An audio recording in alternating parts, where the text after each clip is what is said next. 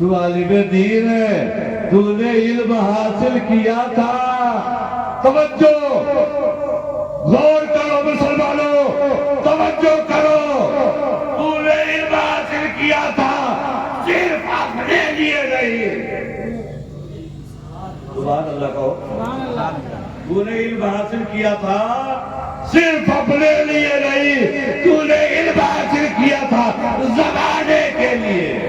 نعرے تکبیر، نعرے رسالت، مسلک اعلیٰ حضرت، ذکر شہدائے کرب و بلا، ذکر شہدائے کرب و بلا.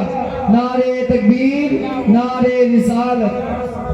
زمانے کو پڑھانے کے لیے، لکھانے کے لیے، راہ راست پر چلانے کے لیے، ہدایت کے راستے پر گامزن کرنے کے لیے، سیدھی راستہ پر چلانے کے لیے، برائیوں سے بچانے کے لیے، نیکیوں کا حکم دینے کے لیے، قرآن سنانے کے لیے، حدیث پاک کا ترجمہ بتانے کے لیے. اگر کرو گھبراہٹ تو چلا جاوا کرو، ہے نا. اگر گھبراہٹ محسوس کیا کرو تو چلا جاوا کرو. چاہے ہمیں اپنے اس کے حساب سے بولنا گنائی کی میں پوچھا بات کا ایک قدم کہہ دی جتنی محنت مشقت کیا بچوں نے تو کیا مطلب حاصل ہو گیا. درود پڑھو صلی اللہ علیہ وسلم. سلام علیکم سیدی یا رسول اللہ صلی اللہ علیہ وسلم. اور ایک بات سنو، اعلیٰ حضرت کا فتویٰ ہے اگر کسی آدمی نے کسی مولانا کو حقارت سے مولانا کہہ دیا تو کفر ہو گیا. کیا کہہ دیا؟ کسی مولانا کو غصے میں، جلال میں یا گالی گلوچ دیتے ہوئے مولانا کہہ دیا، حفیظہ کہہ دیا، مولانا کہہ دیا تو سمجھ لو کہ کفر ہو گیا، وہ کافر ہو گیا. بغیر توبہ کے کام نہیں بنے گا. توبہ کرے گا تب اس کا ایمان پلٹ جائے گا. علماء کی شان کو ایک جھلک پیش کر رہا ہوں نا. آئے علماء کی بڑی ناقدری ہونے لگی ہے اس دنیا میں، اس دور میں. وہی بغلیت پر مولانا کھڑا رہا سلام نہیں کرے، ایسے سمنوے سے آواز جاتے تو گزرو تو سلام نہیں کرتے. ہدایت سوچتے کہ ہم کسی لائق نہیں ہیں، وہ عالم دین ہے. سلام کیا ہے؟ یہ دعا ہے. ہم ان کو دعا دے کر کے ان کی دعا لے لیں. ہم دعا دیں گے وہ فائدہ نہیں ہوگا. اگر عالم دین نے ہمارے لیے دعا کر دیا تو فائدہ ہوگا. یہ سوچ کر کے سلام کرنا چاہیے. اور سلام کرنا سنت رسول ہے. سلام میں پہل کرنا سنت مصطفیٰ ہے. جو سلام پہلے کرتا ہے آقا کریم صلی اللہ تعالیٰ علیہ وسلم نے ارشاد فرمایا اسے 69 نیکیاں دی جاتی ہے. اور جو جواب دیتا ہے اسے صرف ایک نیکی، صرف ایک. نبی کیوں بہلاوے کے لیے، طبیعت بہلاوے کے لیے ایک نیکی. ورنہ سلام کرنے والے کو تو 69 دے دیا جاتا ہے. 69 نیکی کیوں دی جا رہی ہے؟ تاکہ ہر آدمی کوشش کرے کہ سب سے پہلے سلام میں کروں، دیکھیے مجھے زیادہ حاصل ہوتا ہے. اب وہ موضوع نہیں ہے، اس پہ اور بھی سیر حاصل گفتگو کرتا. میں یہ کہہ رہا تھا کہ پروردگار عالم جل جلالہ فرمائے گا تو عالم دین ہے، تو نے دنیا میں جیسے لوگوں کو فائدہ پہنچایا ہے. توجہ، میلاد پڑھ کے، تقریر کر کے، نعت کر کے، لوگوں کی اصلاح کر کے، تبلیغ کر کے، کتاب لکھ کر کے، اور طرح طرح سے جیسے تم نے دنیا میں میرے بندوں کو فائدہ پہنچایا ہے. توجہ، جیسے تو نے ایک کثیر تعداد کو دنیا میں فائدہ پہنچایا ہے، ایسے میں چاہتا ہوں اے عالم دین آج قیامت میں بھی تو فائدہ پہنچا. آج قیامت کے دن بھی تو میرے بندوں کو فائدہ پہنچا. عالم دین خوش ہو جائے گا، خوش ہو جائے گا، تبسم ریز ہو جائے گا. اس کا جو دل دھک دھک کر رہا تھا وہ بند ہو جائے گا اور عرض کرے گا الہی تو تم نے بہت بڑی بات فرما دی ہے، میں کیسے یہاں فائدہ پہنچاؤں. دنیا میں بہرحال کسی طرح جو کچھ مجھ سے ہو سکا میں نے فائدہ پہنچایا، اب یہاں آخرت میں کس طرح فائدہ پہنچاؤں؟ اللہ تبارک و تعالیٰ کا حکم ہوگا، اے میرے بندے عالم دین اس طرح فائدہ پہنچانا ہے کہ جسے جسے جو چاہے آج ہاتھ پکڑ کر کے گول بنا کر کے جنت میں لے کے چلو۔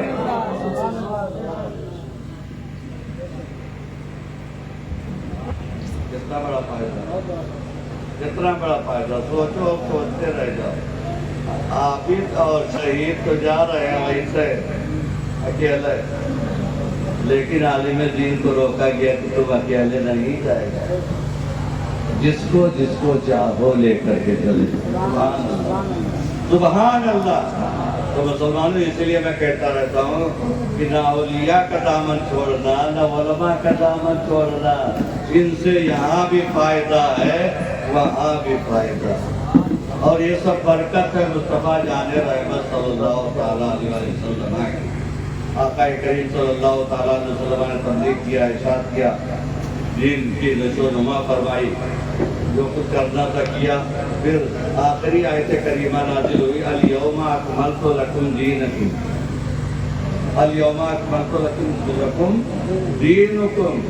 اے محبوب پاک صلی اللہ تعالیٰ علیہ وسلم، آج کے دن آپ کا دین مکمل ہو گیا۔ سب سے آخری آیت ہے یہ، سب سے پہلی آیت کون ہے؟ اقرا، اور سب سے آخری آیت کون ہے قرآن میں؟ الیوم اکملت لکم دینکم۔ اے محبوب، آپ کے لیے آپ کا دین آج مکمل ہو گیا۔ جب یہ آیت کریمہ نازل ہوئی تو ہمارے حضور کو اندازہ ہو گیا کہ ہمارا ظاہری حیات میں اترے کا وقت آ گیا، اور انبیاء 1,24,000 کم و بیش دین مکمل نہیں ہوا تھا، آدم سے لے کر کے عیسیٰ تک آئے دین ہی کے لیے، لیکن دین مکمل نہ ہوا۔ اگر مکمل ہوا تو میرے آقا کی ذات پر مکمل ہوا۔ مصطفیٰ جان رحمت صلی اللہ تعالیٰ علیہ وسلم کی ذات طیبہ پر دین مکمل ہوا۔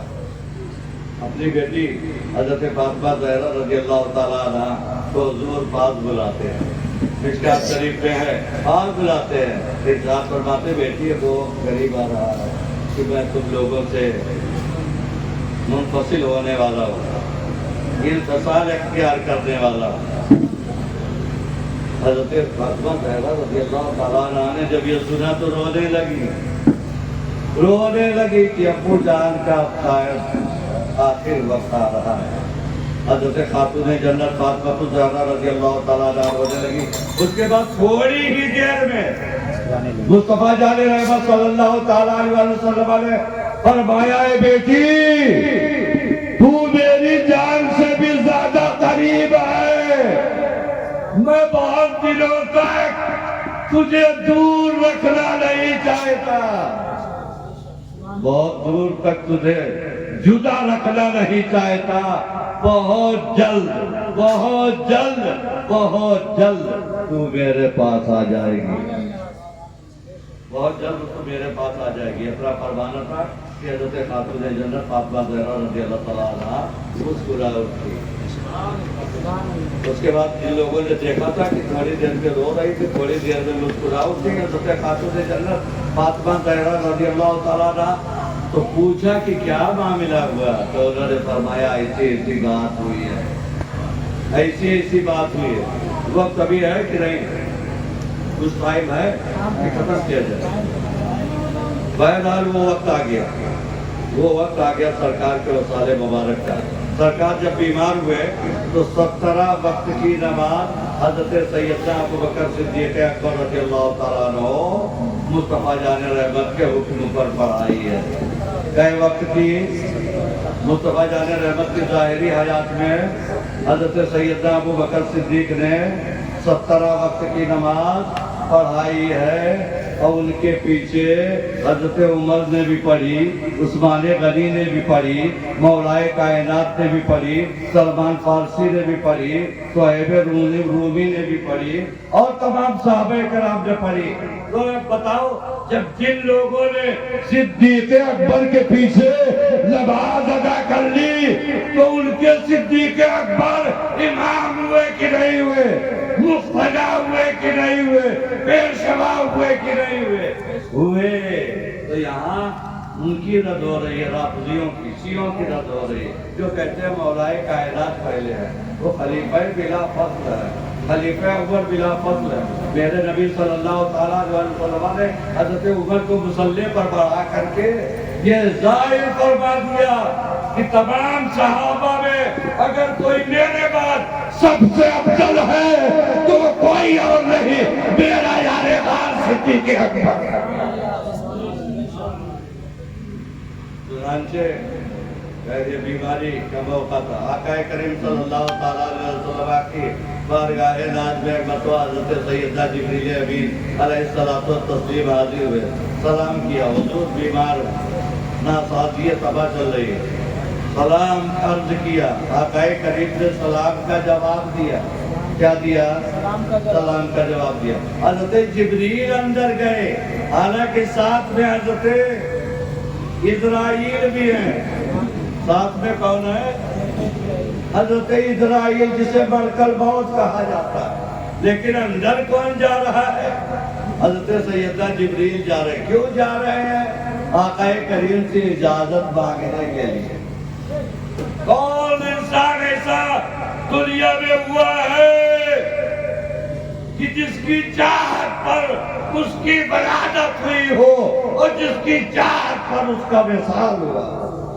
اگر ہے کوئی تو میرے نبی کی ذات ہے، مصطفیٰ جان رحمت کی ذات ہے۔ اسی لیے اعلیٰ حضرت فرماتے ہیں سب سے اعلیٰ و اولیٰ ہمارا نبی، سب سے اعلیٰ و اعلیٰ ہمارا نبی، سارے اچھوں میں اچھا سمجھیے جسے ہے، ان اچھوں سے اچھا ہمارا نبی۔ اور کیا نام ہے، جس کے تلوے کا دھون ہے آب حیات، جس کے تلوے کا دھون ہے آب حیات، ہے وہ جانے مسیحا ہمارا نبی۔ اس طرح سے بہت سی تعریف کی ہے، سارے اونچوں میں اونچا سمجھیے جسے، ہے وہ اونچوں سے اونچا ہمارا نبی۔ تو حضرت سیدنا جبریل امین علیہ السلام عرض کرتے ہیں، یا رسول اللہ، آج میں اکیلے نہیں آیا ہوں۔ کیا عرض کرتے ہیں؟ یا رسول اللہ، آج میں اکیلے آپ کی بارگاہ میں نہیں آیا ہوں، میرے ساتھ ایک بڑا فرشتہ اور بھی آیا ہوا ہے، ایک بڑا فرشتہ اور بھی آیا ہے، اور وہ ایسا فرشتہ ہے کہ اس کے ساتھ 1,00,000 ایسے فرشتے ہیں، 1,00,000 کتنا؟ 1,00,000 ایسے بھی فرشتے ہیں کہ وہ 1,00,000 فرشتوں کے 1,00,000 فرشتے ہیں۔ بتاؤ کتنی تعداد ہو گئی فرشتوں کی۔ کہاں آئے ہیں؟ مصطفیٰ جان رحمت کی بارگاہ میں اجازت لینے کے لیے حضرت جبریل نے عرض کیا، یا رسول اللہ، اللہ تبارک و تعالیٰ نے آپ کو یہ اختیار دیا ہے، میرے ساتھ ملک الموت ہے اور ان کے ساتھ یہ فرشتے ہیں 1,00,000 کی تعداد میں، اب آپ کی مرضی، آپ کی چاہت، آپ کی مشیت، اگر آپ چاہیں تو آپ کی روح مبارکہ خدا کی جناب میں لے جایا جائے، ورنہ اگر آپ نہیں چاہیں گے تو نہیں لے جائیں۔ یہ ہے میرے نبی کی شان۔ لیکن مصطفیٰ جان رحمت صلی اللہ تعالیٰ علیہ وسلم نے بھی فرمایا کہ آ رہے ہیں تو آنے دو، آئے ہوئے ہیں تو آنے دو۔ اس کے بعد جب حضرت سے بڑھ کر روح قبض کرنے لگے، آقا کریم صلی اللہ تعالیٰ علیہ وسلم کو تکلیف ہوئی۔ کیا ہوئی؟ تکلیف کا احساس ہوا۔ بلکہ موت سے پوچھا، یہ بتاؤ کیا ایسے ہی سب کی روح نکالتے ہو؟ ایسے ہی سب کی روح نکالتے ہو؟ حضرت ملکل موت سے عرض کیا نہیں، اور اس سے کاریہ طور پر اور شدت کے ساتھ نکالی جاتی ہے روح۔ میرے نبی صلی اللہ تعالیٰ علیہ وسلم نے فرمایا میری امتیوں کی بھی روح ایسے نکالو گے نا؟ انہوں نے کہا یا رسول اللہ خدا کا حکم یہی ہے۔ وہ میرے نبی کی مہربانی اور کرم ملاحظہ کرو ایمان والو بھائیو، میرے نبی نے ارشاد فرمایا کہ آج جتنی بھی سخت سے سخت انداز میں روح نکال پاؤ نکال لو، لیکن میرے امتیوں کی روح نکالنا تو آسانی سے۔ نعرے تکبیر، مسلک اعلیٰ حضرت، مسلک اعلیٰ حضرت، ذکر شہدائے کرب و بلا، ذکر شہدائے کرب و بلا، نعرے تکبیر، نعرے رسالت۔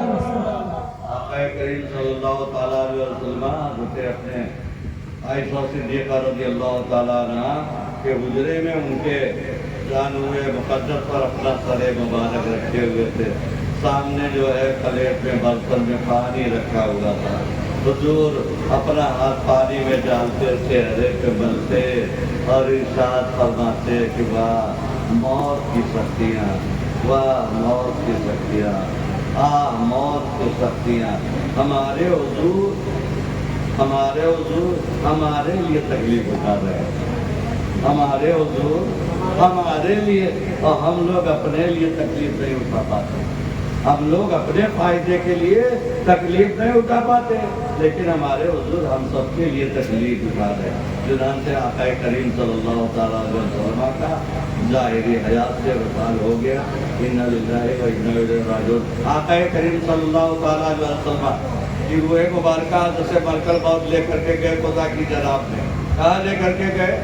اللہ کی بارگاہ میں لے کر کے گئے، پروردگار عالم سے پوچھا الہی تیرے محبوب کے روح مبارکہ کو کہاں رکھوں؟ رب تبارک و تعالیٰ نے فرمایا جنت الفردوس سے رکھ دو۔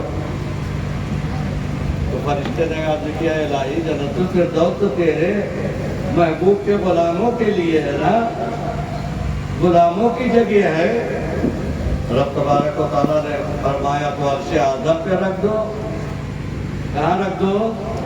عرش اعظم پر رکھ دو۔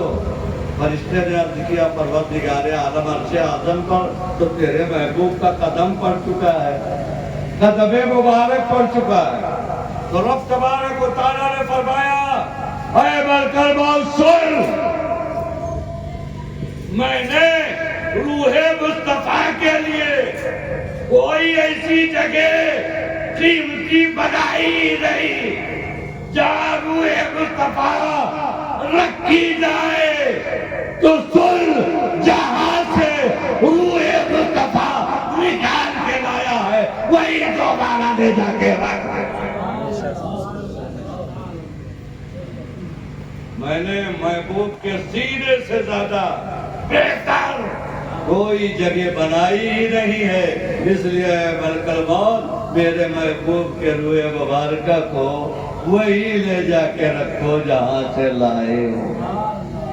یہ شان ہے میرے نبی کی، ہم لوگ اسی نبی کی امت ہیں، اسی نبی کے غلام ہیں۔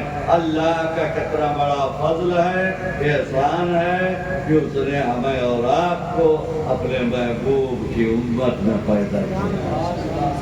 بس اسی پر اپنے گفتگو ختم کرتا ہوں، کل انشاءاللہ پھر آگے بات بڑھائی جائے گی۔ وآخر دعوانا ان الحمدللہ رب العالمین۔